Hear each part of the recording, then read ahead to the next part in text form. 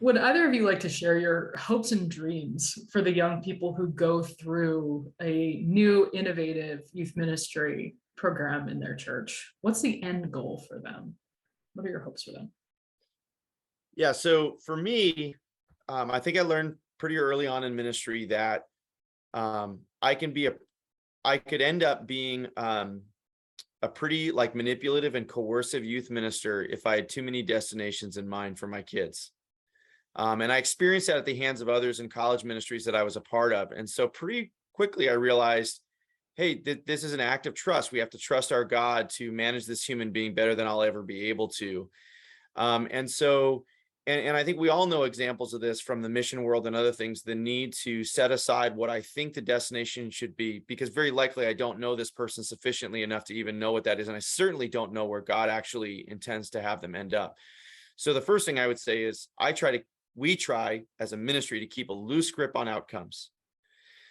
We try to allow the students to determine their way. The ultimate, if there is a goal, it is that they would have the full life that God hopes them to have as an image bearer. I don't like the flourishing term. It's used very frequently now, especially in world. I do like transformation work.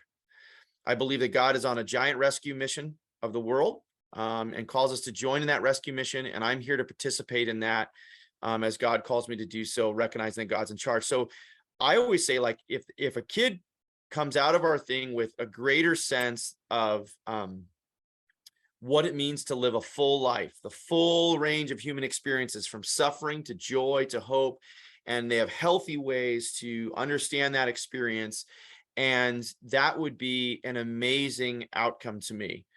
Of course, for me, I do believe that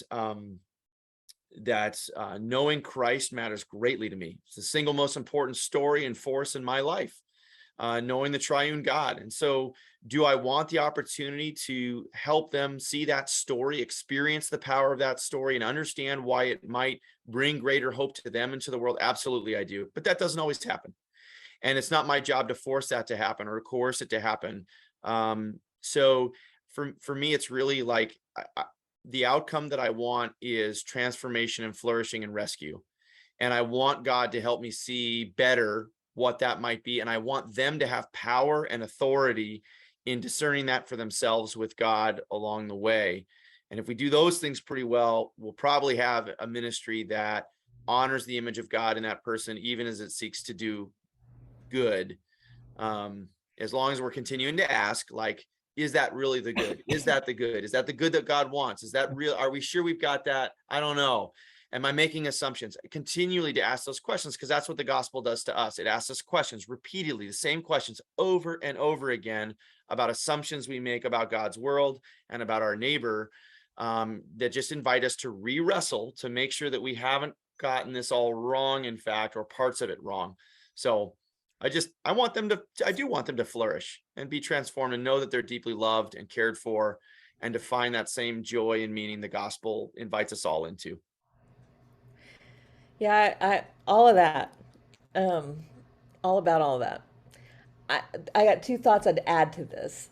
One is I hope they never think of their ministry as an innovative ministry. Mhm. I hope they just think of it as ministry, as the church. This is just the church, being the church. And maybe later they'll look back on it and think, well, that's interesting that that wasn't what everybody's experience was, but that was my experience. And I saw the way God turns things upside down and does the unexpected thing and does that repeatedly in 1,000 different ways. So as soon as we innovate for the sake of innovating, we've lost the game.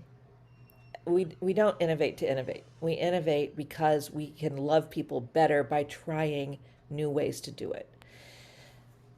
The second thing is, I would hope that they would look back on their experience in the church as being where they encountered the most creative people on the planet, Mm. where they knew that if they had an inkling, an idea, an instinct for how they might love people better in a context, that the people they want to get on board are the Christians. those are the people who are going to drive things forward. Those are the people who are going to help transform me, this idea, this context I'm in, right? Because they're the ones with the story that matters.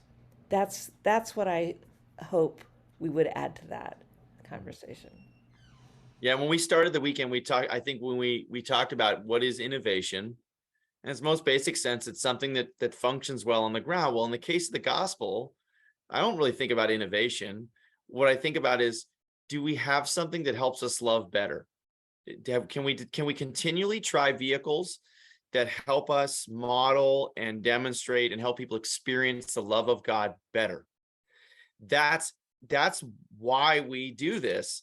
So I'm willing to try anything because I care about that so much that would allow that to happen better. And I think that's, as long as our focus is there, that's where we'll be. And so it's like, yeah, this seems to work at helping people see the love of God better. Okay, well then it's worth doing. Amen. That's Amen. it.